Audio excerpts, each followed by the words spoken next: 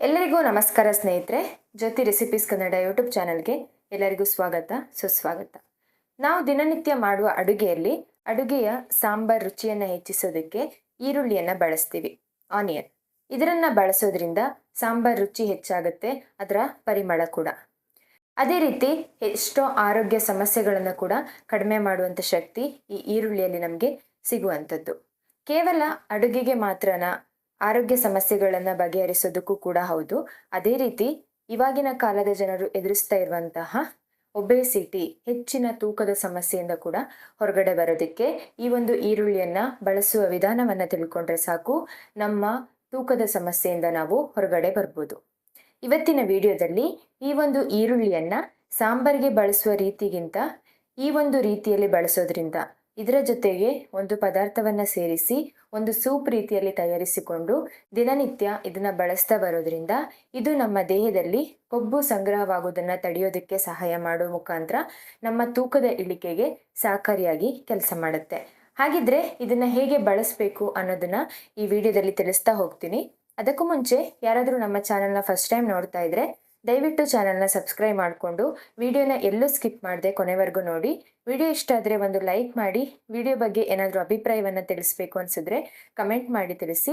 Video ಪಕ್ಕದಲ್ಲಿರುವ bell icon press ಮಾಡಿದ್ರೆ ನಾವು ಮಾಡುವಂತಹ ಎಲ್ಲ ಹೊಸ ವಿಡಿಯೋಗಳ ನೋಟಿಫಿಕೇಶನ್ ಅನ್ನೋದು ನಿಮಗೆ ಮೊದಲನೇದಾಗಿ ಬರುತ್ತೆ.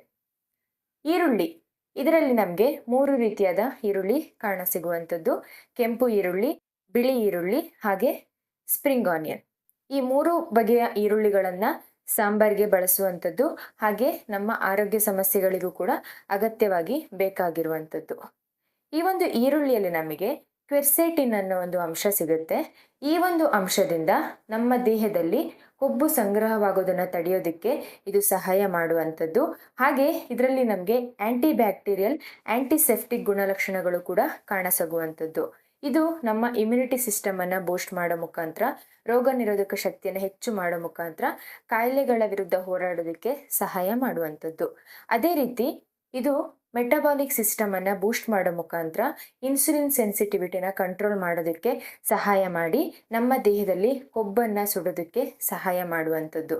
ಅದೇ ರೀತಿ ನಮ್ಮ ಆ್ಯಪಿಟೈಟ್ ಕಂಟ್ರೋಲರ್ ಆಗಿ ಹಸಿವನ್ನು ನಿಯಂತ್ರಣ ಮಾಡೋ ಮುಖಾಂತರ ಕ್ಯಾಲರಿ ಇಂಟೇಕನ್ನು ಕಡಿಮೆ ಮಾಡಿ ನಮ್ಮ ದೇಹ ಹೆಚ್ಚು ಕ್ಯಾಲರಿಯನ್ನು ಬರ್ನ್ ಮಾಡೋದಕ್ಕೆ ಈ ಒಂದು ಈರುಳ್ಳಿಯನ್ನು ಬಳಸೋದ್ರಿಂದ ಸಹಾಯ ಆಗುವಂಥದ್ದು. ಹಾಗಿದ್ರೆ ಈ ಒಂದು ಈರುಳ್ಳಿ ಸೂಪನ್ನು ಹೇಗೆ ತಯಾರಿಸೋದು, ಇದರ ಜೊತೆಯಲ್ಲಿ ಬೆರೆಸಿರುವ ಆ ಒಂದು ಪದಾರ್ಥ ಯಾವುದು, ಅದರಿಂದನೂ ನಮ್ಮ ದೇಹದ ತೂಕ ಹೇಗೆ ಕಡಿಮೆ ಮಾಡ್ಕೊಳ್ಬೋದು ಅನ್ನೋದನ್ನು ತಿಳ್ಕೊಳ್ಳೋಣ.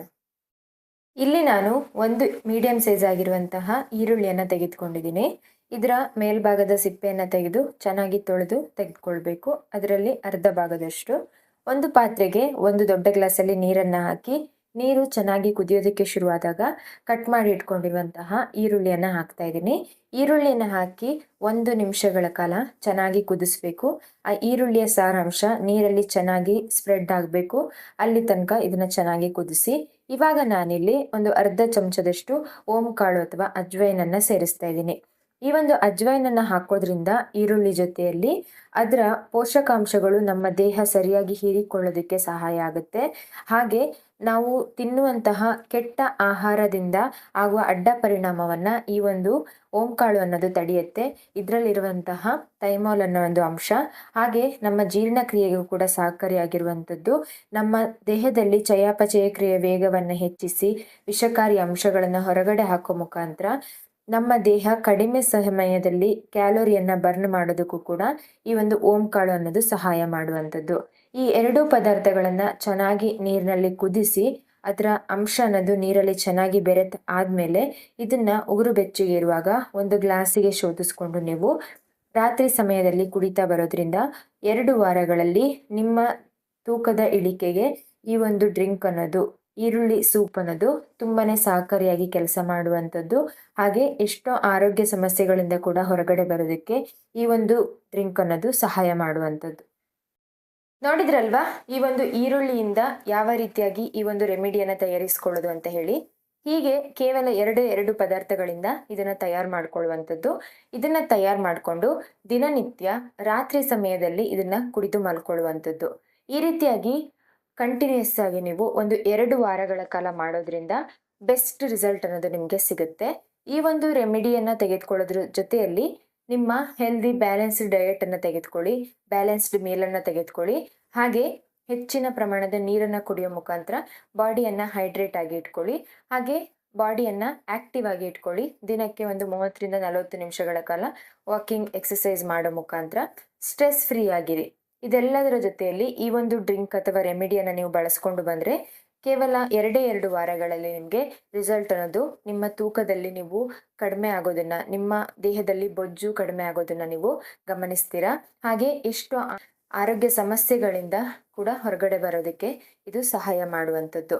ಹಾಗಿದ್ರೆ ಈ ಒಂದು ಡ್ರಿಂಕನ್ನು ಯಾರು ತೆಗೆದುಕೊಳ್ಬಾರ್ದು ಅಂತ ನೋಡೋದಾದರೆ ಚಿಕ್ಕ ಮಕ್ಕಳು, ಪ್ರೆಗ್ನೆಂಟ್ ವುಮೆನ್ಸ್, ಬಾಣಂತಿಯರು, ಹಾಗೆ ಏನಾದರೂ ಮೆಡಿಸಿನಲ್ಲಿರುವಂಥವರು ಅಂಥವರು ಸ್ಕಿಪ್ ಮಾಡಿ, ಮತ್ತು ಎಲ್ಲರೂ ಕೂಡ ಇದನ್ನು ಬಳಸುವಂಥದ್ದು.